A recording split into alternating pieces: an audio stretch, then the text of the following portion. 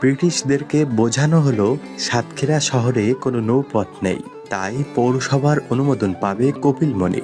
প্রাণনাথ রায়চৌধুরী এই কথা জানতে পেরে সাতক্ষীরার বুক চিরে তৈরি করলেন লম্বা একটি খাল। তারপর অনুমোদন পেল সাতক্ষীরা পৌরসভা। বাংলার মাটিতে এমন অনেক ইতিহাস লুকিয়ে আছে যেগুলো সময়ের স্রোতে হারিয়ে গেছে। সেই হারিয়ে যাওয়া ইতিহাসের এক নীরব সাক্ষী হল সাতক্ষীরার প্রাণসায়র খাল।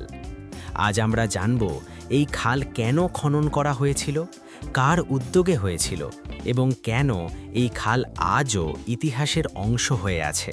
প্রাণসায়ের খালের উৎপত্তি প্রায় ১৮ শতকের শেষভাগে সাতক্ষীরা অঞ্চল ছিল জলাভূমি ও জঙ্গলে ঘেরা। বর্ষা মৌসুমে পুরো এলাকা পানিতে তলিয়ে যেত।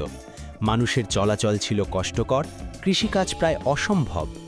এই পরিস্থিতি পরিবর্তনের জন্য এগিয়ে আসেন তৎকালীন জমিদার প্রাণনাথ রায়চৌধুরী।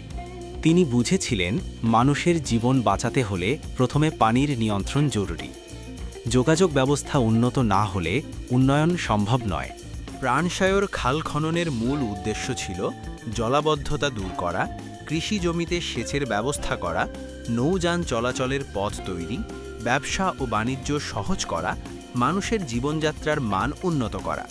এই খাল খননের মাধ্যমে সাতক্ষীরার বহু অঞ্চল নতুনভাবে প্রাণ ফিরে পায়।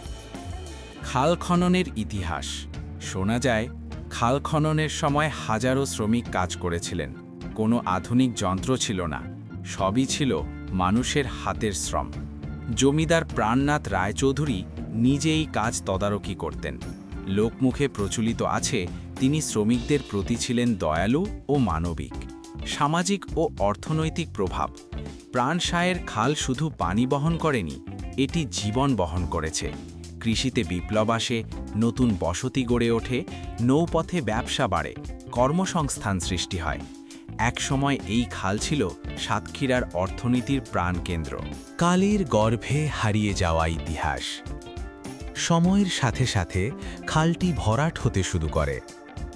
অবহেলা, দখল ও অপরিকল্পিত নগরায়নের ফলে এই ঐতিহাসিক স্থাপনাটি আজ অস্তিত্ব সংকটে। নতুন প্রজন্ম জানেই না এই খালের পেছনে লুকিয়ে আছে শত বছরের ইতিহাস।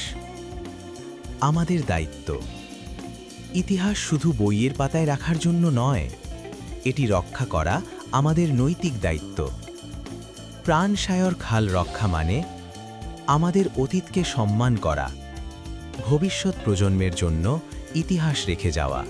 প্রাণসায়র খাল শুধু একটি জলধারা নয়, এটি সাতক্ষীরার আত্মা, ইতিহাসের প্রতিচ্ছবি।